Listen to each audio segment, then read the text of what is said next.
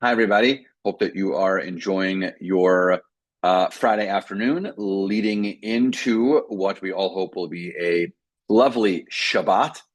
Uh, School either maybe started already for some families, going to start. Certainly feel in the air the commercials on TV that are all back to school commercials. This also means that the high holidays are around the corner.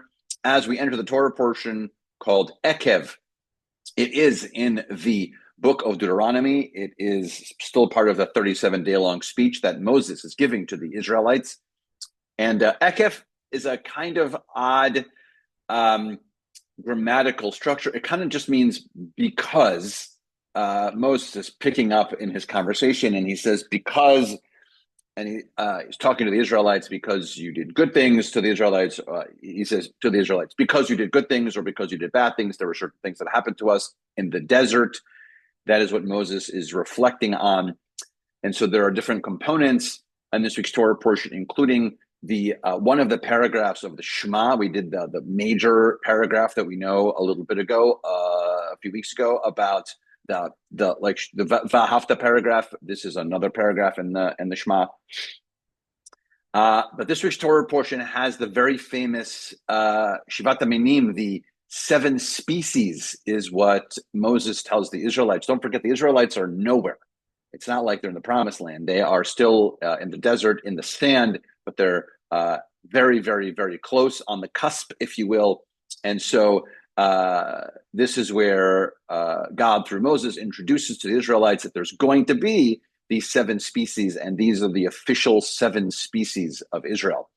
And I hope that in your adventures, either in Israel or eating delicious foods and connecting to delicious foods that are biblically Jewish, particularly, you have eaten and tasted all of these delicious things that are behind me. That hopefully you have tasted.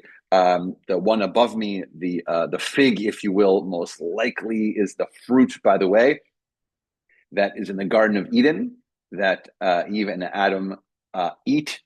Definitely not an apple. Sorry to disappoint all of you. 100% not an apple. It was not indigenous to the area. Look at me using the word indigenous. Fancy. But it is probably likely a fig. So here's what I would like for us to think about on this Shabbat is there's been all kinds of challenging, difficult moments for the Israelites. And interestingly enough, Moses pauses because some of his talk to the Israelites has been, let's call it tough love. He pauses and talks about all of these beautiful things that the Israelites will get to take part in, to eat from when they get into the land.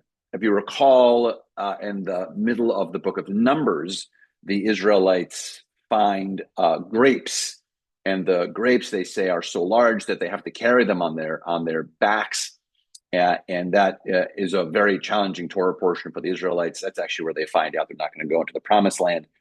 And yet, interestingly enough, the grapes, as you can see right next to me, are in the seven species, and so. And from our grapes, we of course know that there's wine, and wine, of course, is very much part of every single ritual that we do within sanctifying time of our sacred moments. So on this Shabbat, I'm going to ask you a couple of fun things. First of all, try and eat every one of these seven species. I would actually love it if you emailed me and you said, Rabbi Keller, oh my gosh, I went on an adventure after you mentioned this, and I had a little bit of every one of these seven species. It's not hard. You see them.